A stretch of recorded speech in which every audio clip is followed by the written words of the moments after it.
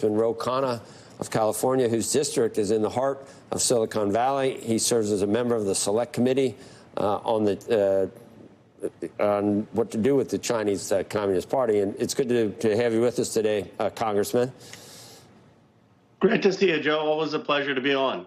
Is this a red line moment? And I just saw an editorial about that the president was very strident about saying that this is unacceptable if China were to help Russia in terms of armaments. Has the line been crossed, and can we really do anything?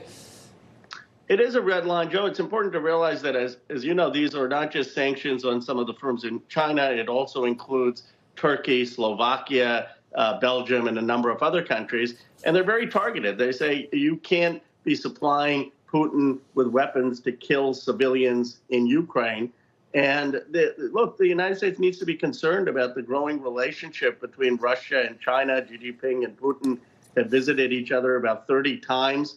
And this is why it's so important, and why I'm glad Speaker Johnson allowed a vote on the aid to Ukraine that many, all Democrats and many Republicans supported. Because if we allow Putin to invade Ukraine, we're sending a message to China that they can go into Taiwan. And so we need to prevent it. I guess there's a lot of conjecture swirling around. You know, we do have an election coming up, and in an interview, I guess former President Trump said that he would definitely be more, I guess, make a commitment to Taiwan to help defend Taiwan, something China really doesn't want. Do you think China is either hoping for President Biden to be reelected or even trying in certain ways to make that happen? Do you believe any of those stories? Well, Joe, you know I'm a huge supporter of President Biden's, but the one issue that we really should try to keep out of politics is to make sure China doesn't go into Taiwan. I've worked with Mike Gallagher, who was the chair of the China Committee. We've, in a bipartisan way, made sure that we're supporting having naval superiority in the Pacific, that we supplied Taiwan with long-range weapons for deterrence. And there should be a unified message here that China militarily will not be able to go into Taiwan. And I think that should be regardless of who's in Congress or who's president. Most of does that include keeping a lot of the tariffs on, which we've seen? A lot of these things that we thought would be reversed have not been reversed because of the realities of the situation. Well, look, I supported some of the strategic tariffs. I'm not one of these people who says just because a previous Republican president did it, by definition, it has to be wrong. The reality is China was eating our lunch. We had manufacturing go over to China, steel left, aluminum left, textiles left.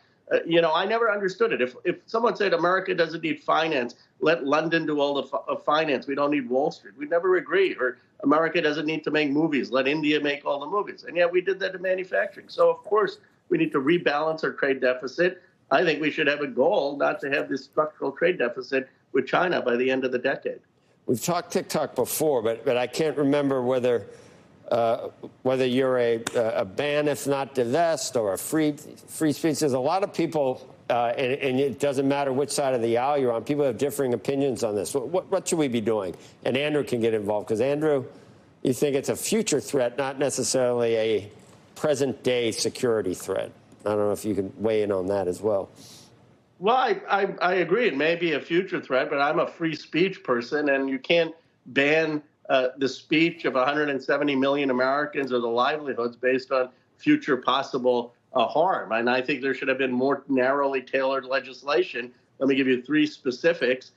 We should have said that any transference of American data to China is illegal, and you can have held TikTok and Oracle executives accountable for that, Oracle, because they're managing it. We should have said any state interference in an algorithm is illegal. And again, you could have held American investors or executives accountable. And we need a strong data privacy. But you don't have to ban 170 million Americans off an app. What is your sense, though? Obviously, many of your colleagues don't just talk. Like, I talk about this as a perspective threat, meaning I don't know if I have sympathy for the argument, but I understand the argument. It's unclear to me whether there's direct evidence, as the kids would say, receipts today of genuine nefarious behavior that TikTok is engaged in on behalf of the Chinese government. And I know we can have a debate about whether TikTok's good or bad for kids, and I don't think it's great for kids and all of that. But what do you say to your colleagues, including, by the way, I think we're going to talk to Ted Cruz, who has made the argument that bad stuff is happening right now, that they also suggest, but again, they can't tell us, that they've been in, meetings that are inaccessible to us because of security clearance and the like, that there actually are nefarious things going on behind the scenes as a result of the Chinese government. I'd like to know what they are saying. I've been in the same briefings. Let me just say that based on public reporting, have there been a few instances of public reports that there's been leakage of data to China? Yes, there has. But the solution to that is then to ban that and to hold TikTok executives or people managing that accountable. It's not to say, okay, you're going to take 170 million Americans and shut down their speech. And by the way, a lot of the federal judges that have looked at this so far have agreed with me. We have a First Amendment in this country that is very, very broad and protective. And as people have realized with the campus protests, and you could disagree with the First Amendment. You could say we protect free speech too much in this country. I tend to like the First Amendment, and I think we should be very careful before we're having broad-based restrictions on it. Congressman, just switching gears, the state of the House of Representatives right now, it's a Seinfeld episode in a bizarro world. I just can't see a lot of this happening if the shoe were on the other foot. What do you did you vote to keep Speaker Johnson as Speaker? I would. Look, I think he did the right thing. I think he put bills on the floor. He had us vote separately on Ukraine, on Taiwan, on Israel. What a novel concept that you should vote on a particular subject and not try to lump it all together. And I think if someone does the right thing, then they shouldn't lose their job. And I don't think we should be transactional about it. People are like, well, what are we going to get? Well, how about just he did the right thing, so we shouldn't let extreme folks take him out. Right. So you don't think that you think that this strengthens his speakership, or do you think that if you're dealing with the enemy, that there must be some type of secret deal going on? I just can't see a Republican ever voting for any Democrat House Speaker, ever.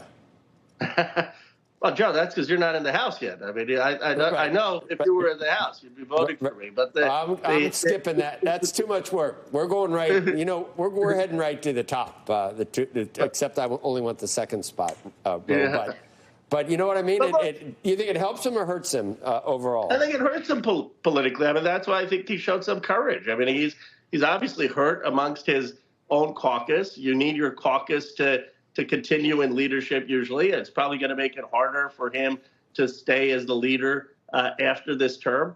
But you know what? I mean, for all our dysfunction in this country's political process, and I know we can debate whether we spent too much or not, the reality is that America, of all the nations in the world, under two very different presidents, had the best response economically to COVID. We invented and discovered the vaccines, and now we're the single biggest reason that Ukraine is standing up to Putin. So a lot of things are still working in this country. Right. All right. We just got to get the college stuff under control. You think President Biden ought to, get out there and lead us morally on this? It's hard, I guess, but we don't have time. I just had a conversation in Wisconsin with Jewish students and Arab students, and they were very civil to each other. I think we got to do more of that. Let's get people talking to each other. That's what we do. Okay, Congressman Khanna, thank you. Thank you. Okay.